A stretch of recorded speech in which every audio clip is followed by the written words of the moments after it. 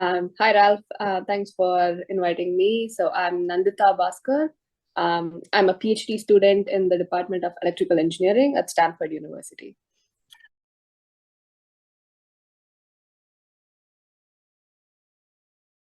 Yeah, of course. So I guess now with the success of large language models like ChatGPT, there is like an avid interest in kind of doing the same thing, but for medical images. Medical images are a completely different beast. So they have like certain domain-specific properties that make them very different from natural images of like cats and dogs. So in this paper, we kind of focused on one type of medical image, which is the chest X-ray. And we thought, okay, like we wanted to train these really large self-supervised models. Self-supervised meaning we don't actually provide them labels, but we intrinsically learn those labels using the form of pseudo-learning or contrastive frameworks, essentially. And so the key thing that actually makes these self-supervised learning frameworks work is is something called an augmentation. So an image is basically transformed into two different augmentations, and we see if those two augmentations are similar or different. And that's the property by which these self-supervised methods learn. And in this paper, we explore how can we actually leverage the domain-specific properties of medical images to determine these augmentations, which will make self-supervision work. Absolutely. So I think there are a few things that make our paper unique. So one is this is the first large scale like comparison of, so there are so many different types of augmentations that can be done for medical images. And so this is the first paper that actually did a systematic evaluation of like various pairs of augmentations over a really large, like over a large scale with like multiple data sets. And so this is one thing that makes our paper like I think unique. And the other is that we also focus specifically on the domain specificity. So we introduce a set of augmentations with the optimal hyperparameters that kind of like it's a recipe for practitioners to now start using these techniques for their own models. And the third thing is in our evaluations, we kind of showed that not only are these well-performing augmentations, but they actually generalize well to different hospitals or different completely domains.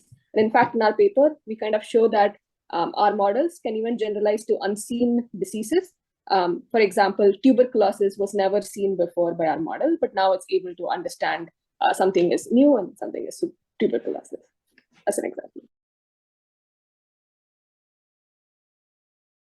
Um, in such a large scale study, I think the biggest bottleneck was actually like just like getting enough compute so that we can run all of these experiments, and also like making sure the training strategy is actually like it doesn't fail periodically. Like it's like sometimes these networks can collapse if you do not train them robustly. So like just determining the training strategy, like doing like figuring out the hyperparameters that actually make it train stably without collapsing. All of those, I think, were the challenging parts. I think, like for chest X-rays, also one of the bigger problems was a couple of data sets. Sorry, one data set primarily uses a different format, which is DICOM, which is really great, and it's like a medical format. But another data set uses like a lossy version of it, which is JPEG. So like making sure that we are more we kind of do the same for like how do we equalize both of them and still get the best evaluations done. I think that's one of the challenges also. Very Yeah, so I think for the compute and the training part, I think it was we relied a lot on like other natural vision works. So SimClear, Dino, like these are all some big self-supervision frameworks that work for natural images. So we tried different strategies that they've used, and we like it's all detailed in our paper as well. But things like having a cosine learning rate scheduler, things like like we used the SimSIAM framework, which made training a lot more easy. So it's like the bare bones version of a self-supervised learning framework, so that we can focus purely on the augmentations. So these are some of the strategies that helped us like overcome all of this.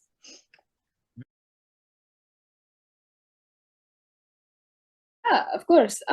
So when I talked about these augmentations for medical images, so these augmentations are a bunch of like computer vision transformations. So for instance, Gaussian blurring on the original image, or random resized cropping of the original image, or things like we also tried fancier transformations like thin spline transformations. But I think the in our paper, we kind of showed that the essence of like the self-supervision framework is like basically these augmentations. And I think this leaves room for like even more interesting augmentations in the future. So I think leveraging a lot of computer vision techniques would actually help make this even better.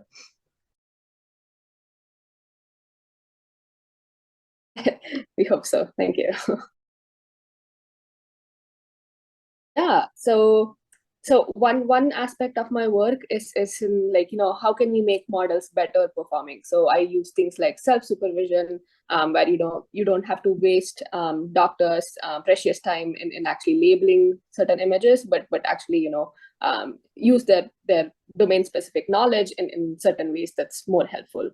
But a completely different part of my research is, okay, once we have these really large scale well-designed models, and we've validated them across many different hospitals and so on, when we actually deployed them to the wild, they still fail in certain weird cases, or like it's hard to know when they will fail and when they will not fail. So I develop methods to actually like decide when to trust a model's prediction in the wild and when not to trust it. So you can imagine if a model is giving you a prediction, says, oh, this person has pneumonia or something, but it also says, I'm not very confident about that, then you can reject that prediction, but actually bring another model in, or like bring a human in the loop and so on. So I think with these two, like I think advances need to be made in making the model better performing, but also like strategies like this to actually make them deployable. And so hopefully my goal is like together, this will actually help translate all the work that we are doing into the clinic. So I think one key thing that kind of makes this this entire pipeline work in our paper is we have 3 stages. So one is the pre-training stage, where we leverage self-supervision and large amounts of data like to actually do this augmentation type strategy. There are a couple of other things that we do after. So one is called linear probing. So where you take this entire self-supervised network, you freeze it, and then you just attach a classifier on top. So this is like a single layer or a couple of layers of neurons, and you just fine-tune the weights of those layers alone. And so this already helps us like a lot, and we see that this generalizes better to like all these unseen conditions and so on. But if we want to milk even more performance out of it, what we do is something called fine-tuning the entire network. So we have this frozen weights, and then we have this linear classifier on top, and then we fine-tune the entire network end to end. And with just a few samples, like even I think we found in our paper that even with just 10% of like labels of like when you have labels with limited quantity, even that is enough to like gain really good performance, and it beats fully supervised, like where like methods are trained like with labels from scratch. They beat those networks very easily, and surpassing them in a lot of these other benchmarks.